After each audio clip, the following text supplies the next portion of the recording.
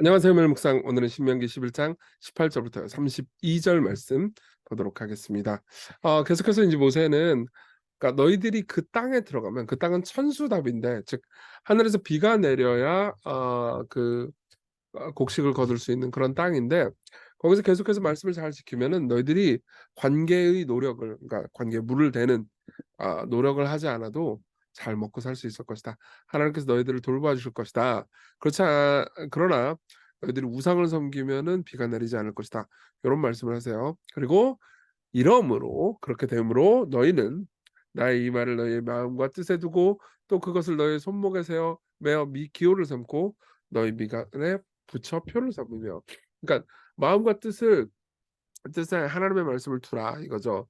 근데 그게 어떻게 하는 거예요? 손목에 매다라는 것은 실행하라는 겁니다. 그러니까 손을 움직여 가지고 말씀을 실행할 뿐만 아니라 미간에 붙이라는 것은 그러니까 성경을 미간에 딱 붙이고 다니라 이런 의미가 아니고 계속해서 기억하라는 거죠. 그러니까 뇌로, 머리로, 그리고 손으로, 행함으로 계속해서 말씀을 가까이 두라는 거죠.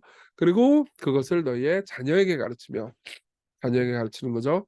집에 있을 때인지 길을 갈 때인지 바깥에 있을 때인지 누워 있을 때인지 일어날 때인지 그러니까 밤에든지 아침이든지 그러니까 때와 장소를 가리지 않고 가까이 두라고 이야기를 합니다. 그러니까 핵심은 18, 19절에 이 말씀은 계속해서 가까이 두라는 거예요. 또 네 집 문설주와 바깥문에 기록하라. 계속해서 볼 수 있는 가까운 것이죠. 예.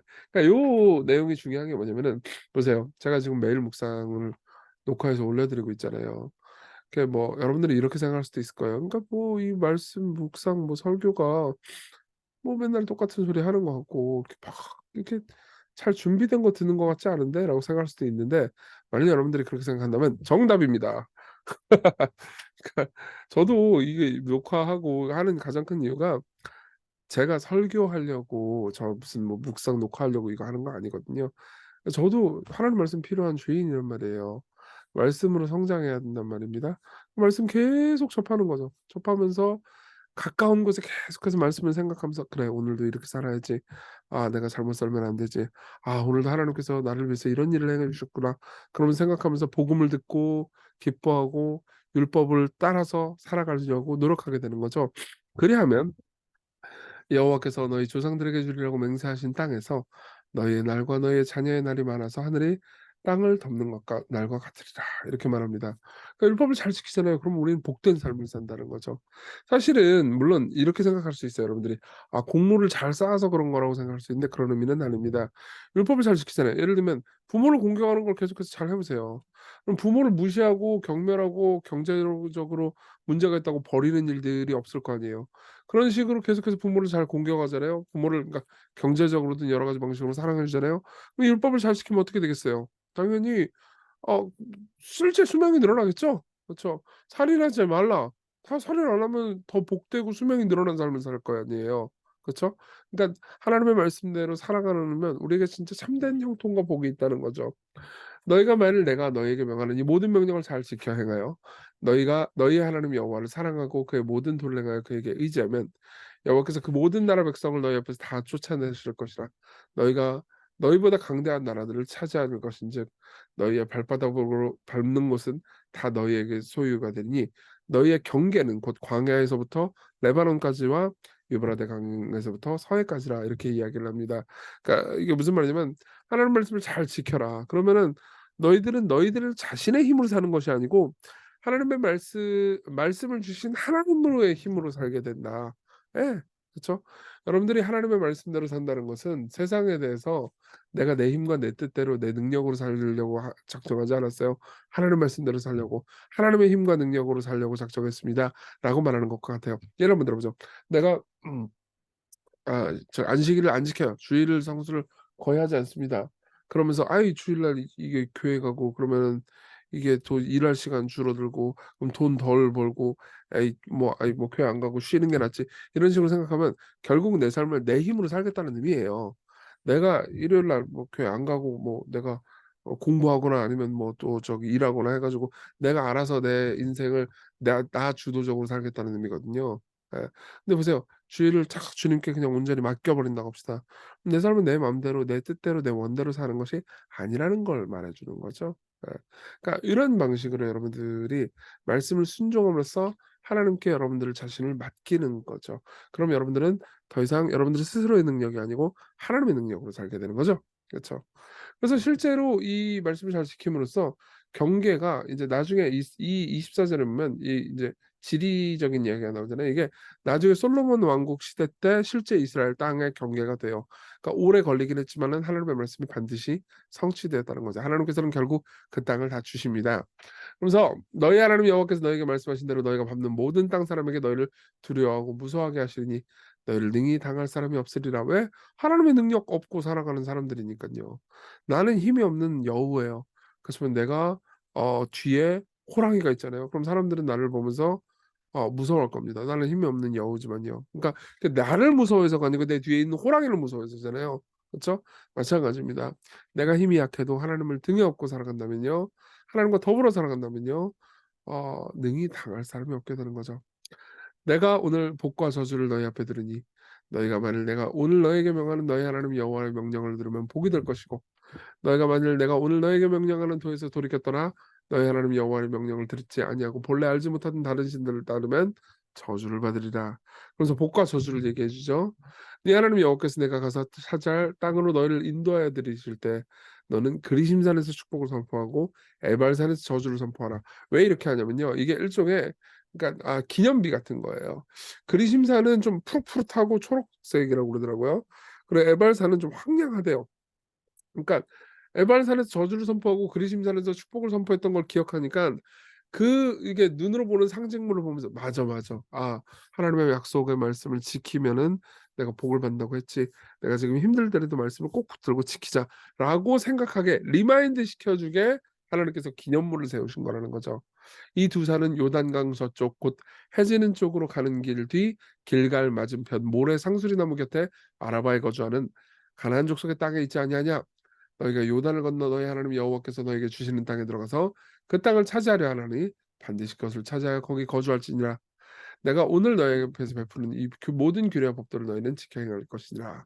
이렇게 이야기하고 내용을 마칩니다.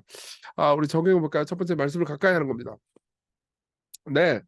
뭐 손목에 무엇을 기호를 삼고 미간에 표를 붙여 표를 삼으며 자녀에게 가르치며 집에 앉아 있을 땐지 길을 갈 땐지 누워 있을 땐지 일어날 땐지 말씀을 강론하고 집 문설주와 바깥문 대문에 기록하라. 왜 그럴까요? 가까이 두게 하려고요. 여러분 이 시편 1편 3절에 보면 하나님의 말씀을 묵상하는 사람들이 시냇가에 심은 나무라고 말을 해요.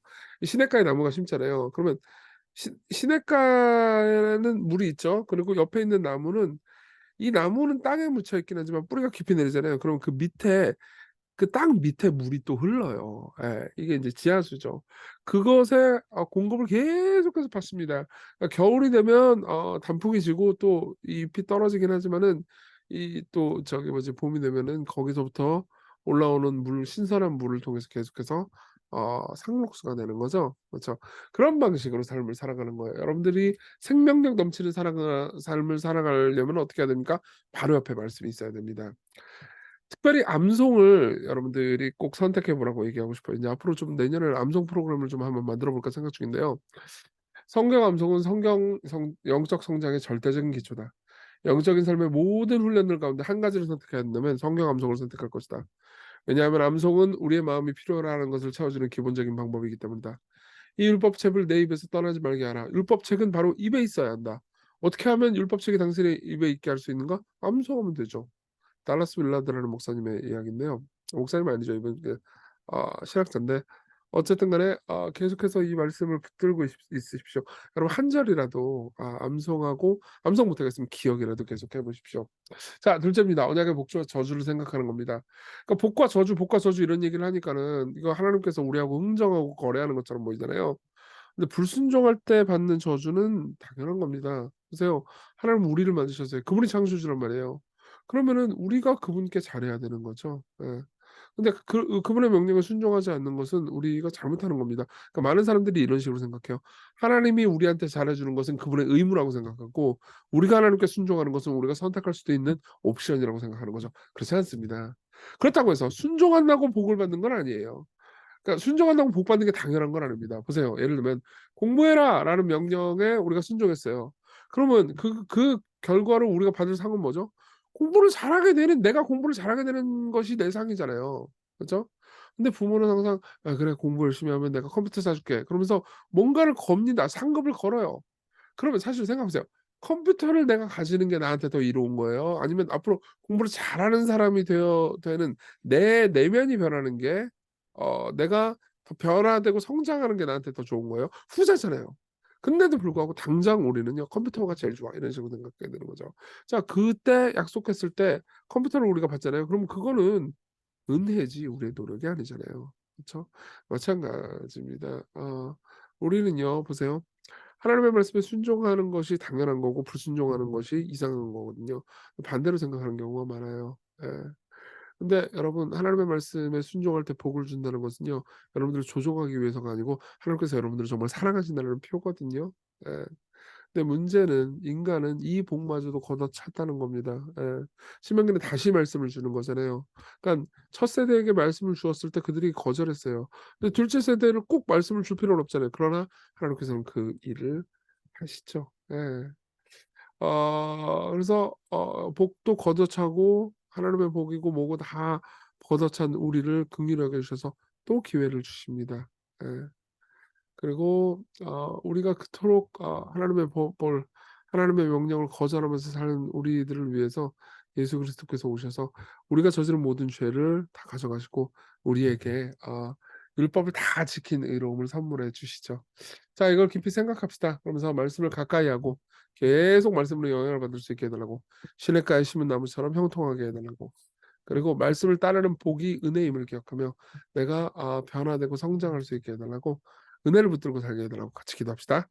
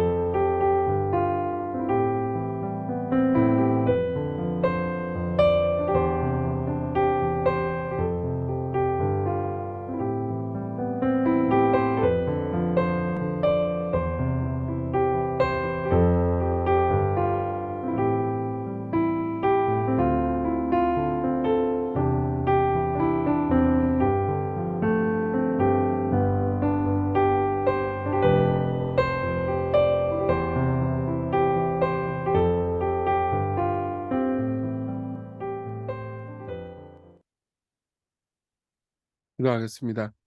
은혜로우신 주님, 우리가 오늘 말씀을 가까이 하고 말씀을 지키는 사람들이 되게 해 주십시오.